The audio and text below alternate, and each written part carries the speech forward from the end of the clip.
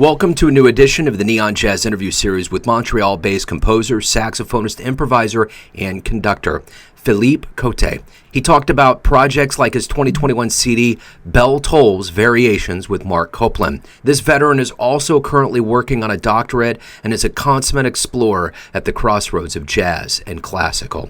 A lot of his great work was shaped by his time he spent in New York, where he spent time with longtime mentor David Binney and others. Enjoy this story.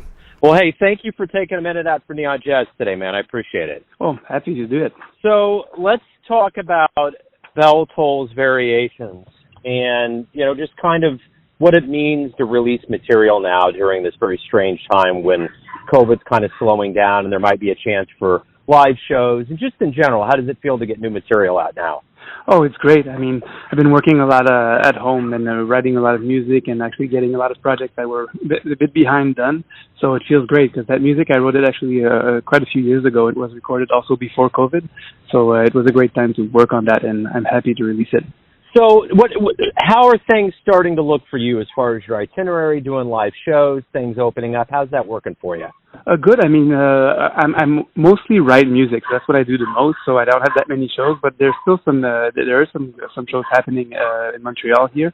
So it's good. It's a mix of recording like live in person and also with streaming at the same time. Speaking of COVID, during this time of lockdown, there was a lot of self-reflection. So I'm curious, what did you learn about yourself that maybe you didn't realize before that's going to make you stronger as you promote this new album and kind of reemerge?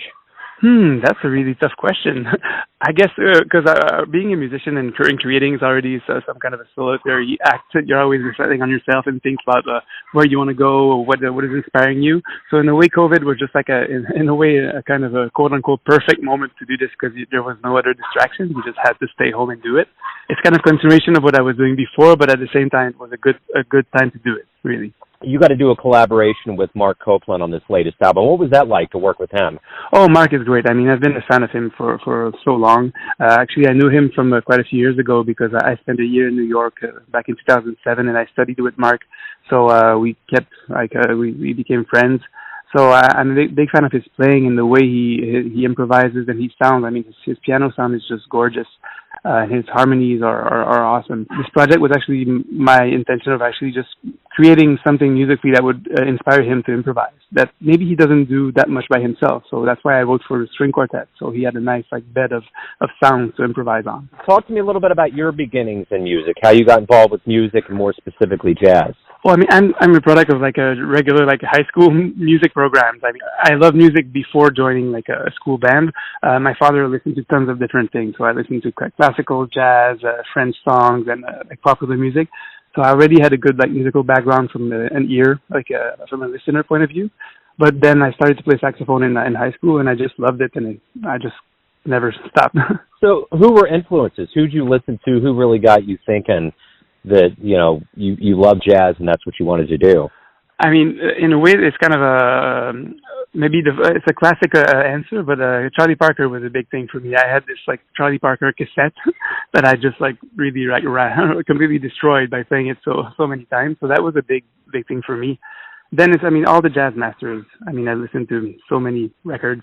So the jazz tradition is actually really important for me, even if it doesn't really show in my artistic output. I come from that, so that's what I listen to the most. What was the first live jazz show you ever saw that made you think, man, I'd love to do something like that someday? Oh, actually, it was a good one. It was Joshua Redman with his first quartet with Brad Meldau, Christian McBride, Brian Blade. So it was something. It was my first show that I've heard. So are you working on your doctorate right now? Yes, that's what I'm doing right now, in addition to writing a lot of music and making records.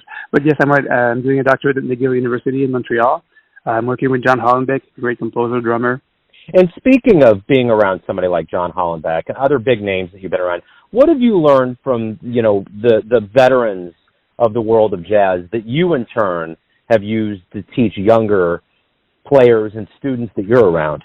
I guess it's listening to a lot of music and trying to extract things that you really like about that music from these recordings. I mean, that's a big thing for Marc. A lot of he learned from Lenny Tristano also, so it's kind of a link to really the tradition of jazz and listening to all these records and trying to extract what you like. And actually, by listening to all these different things, we don't all like the same thing. So you can be original by copying many different people, because we're not all copying the same people and interested in the same music. You have the chance to compose and create music every day. What's the greatest part about being a professional musician for you? Oh, I mean, just keeping learning music and exploring music. I mean, it's like a lifelong journey, and I feel like an eternal student. Honestly, it's like, and I don't feel it's going to change. Like you never arrive somewhere. You're always like exploring different things, learning new layers of knowledge, of subtleties about music. So it's a great path. It's a hard one, but it's a great one. Let's say you have a dream tonight and you run into your younger self around the time you were becoming a professional musician, and you could give your younger self one piece of advice based on the wisdom that you've accumulated over the years. What would that be? I guess just keep on working on it, and just keep on going, because sometimes, especially when you're younger, you're really stressed out about, okay, I want to do music with my life, but you listen to yourself and you record yourself, and I'm like, whoa, I'm not there yet. Well, with time, it never stops evolving, and if you keep on going at it in a very a thorough way and intense way, I mean, great things happen. So we're all getting back to the live environment, music starting up again. What do you hope we all realize about the power of live music now that it's returning, both the audience and the musician? It's something special. I mean, for sure, we've all been listening to music on our computers, like all these streaming concerts, which you can connect with the artist. It's a great thing, but nothing beats to being in the same room as and looking at musicians create like live and feeling that in the same room. That's a really big thing, and we can't take it for granted. We've just felt that if you don't have it for a long time, you really miss it. Everyone has a perception of you, your family, your friends, your fans, but ultimately you live your life. You have a perception of yourself. Who do you think you are?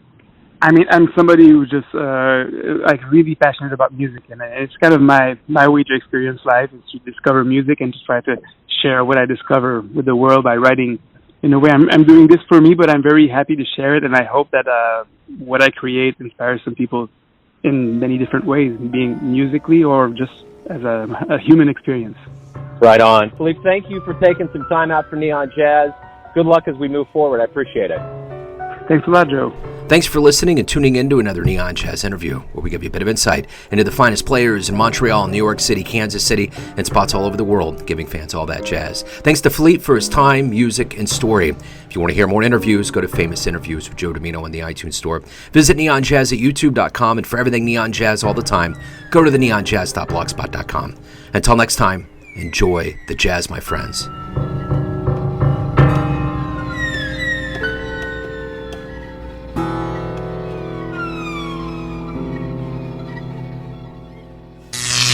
Neon Jazz.